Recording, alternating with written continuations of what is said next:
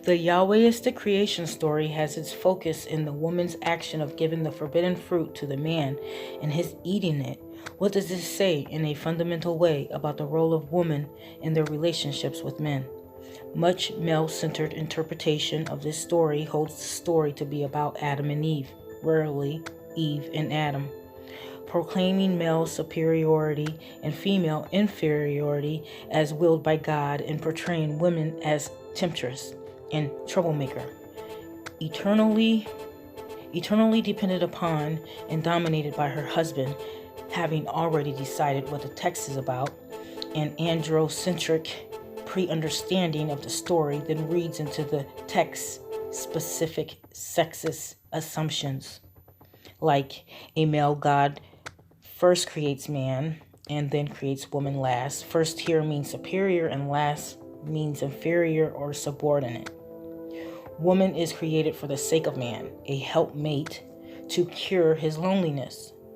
Contrary to nature, woman comes out of man. She is denied even her natural function of birthing, and that function is given to man. Woman is the rib of man, dependent upon him for life. Taking out of man, woman has derivative, not an autonomous existence. Man names woman and thus has power over her. Man leaves his father's family in order to set up through his wife another patriarchal unit. Woman tempted man to disobey, and thus she is responsible for sin in the world. She is untrustworthy, gullible, and simple-minded. Woman is cursed by pain in childbirth. Pain in childbirth is a more severe punishment than man's struggle with the soil. It therefore signifies that woman's sin is greater than man's. Woman's desire for man is God's way of keeping her faithful and submissive to her husband. God gives man the right to rule over woman. And commenting on this, Tribal notes that although such specifics continue to be cited as support for traditional interpretations of male superiority and female inferiority, none of them is completely accurate, and most of them are simply not based on the text itself. These ideas, supposedly drawn from the biblical text, fail to respect the integrity of the text as an interlocking structure of words and motifs with its own intrinsic value and meaning. In short, they violate the rhetoric of the story. Popular tradition concerning the fall, apples, and snakes, and so forth has also interpreted this narrative as if its focus were on sex and the evil wrought by sex. Again, with the woman cast in the role of the heavy. But to find in this story any prominent focus on sex or any linkage between sex and sin is not faithful to the narrative as we have it. A modern interpretation of the role of woman. Woman as helper. While it is true that woman has an important role to play in this narrative, it is not the negative one that popular perception has so often perpetuated. Yahweh, having created the first human and placed that being in the garden, concludes that it is not good for the human to be alone. The human needs a helper as his partner. The KJV translation, and help meet for him, and the RSV translation, a helper fit for him. The use of the term helper here has been misleading, implying a subordinate role. A boss, supervisor, or boss supervises a helper significantly. However, the most common usage in the Hebrew Bible of the term here translated helper is in reference to God. Frequently in the book of Psalms, God is referred to as one who can be counted on to help in times of trouble. For example, Psalms 70, verse 5, which uses the same word for help as the word translated helper in Genesis 2 verse 18. Ezer in Hebrew reads, "But I am poor and needy. Hasten to me, O God. You are my help and my deliverer. O Lord, do not delay." Clearly, the term help or helper does not of itself imply any kind of subordination. The helper rescues people from themselves, which is true of the woman in the garden as well as in the assertion of the psalmist. Woman as taken from man. Woman is thus created from the rib of the sleeping man. 2:21-22, and that's Genesis. Scholars do not agree on what idea the creation from the rib reflects. It is probably nothing more than etymological. It seeks to explain why women have a birth canal while men do not, or the existence of the navel, or why ribs cover the upper but not the lower half of the human's torso. At any event, where the animals had failed, the woman succeeds. At any event, where the animals had failed, the woman succeeds. Yep, that's what it says. This at last is bone of my bones and flesh of my flesh. Genesis 2, verse 23. The man, using a play on words in Hebrew, calls his companion woman, Isha, in Hebrew, because she was taken out of man. Okay, so the account of creation with a statement relating marriage to creation. Therefore, a man leaves his father and mother and clings to his wife, and they become one flesh.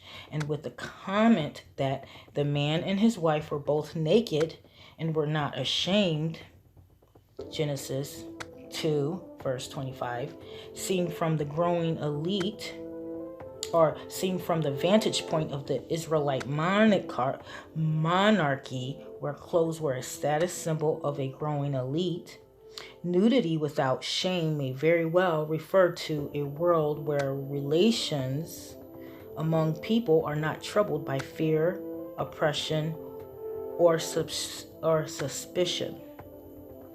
With the coming into being of the woman, creation is complete.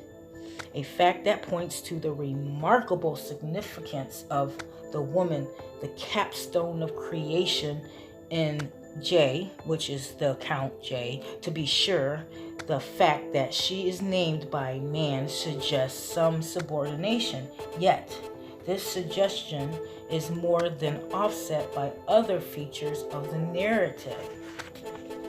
Whereas the creation of man is described in one short verse, the woman's creation and the man's response to it is more extended, coming as the climax.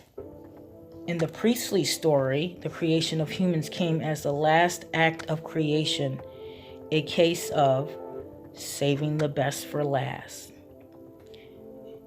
Similarly, in Jay's account story, woman is the crown of creation.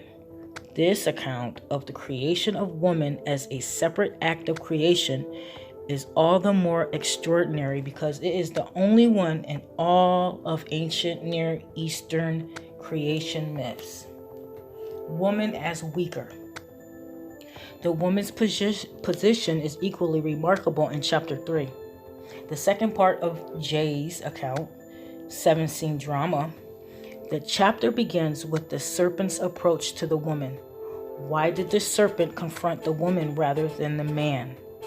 A common explanation, one that has been around at least since Augustine in the 4th century CE, holds that the woman, the weaker of the two sexes, made an easier target for temptation.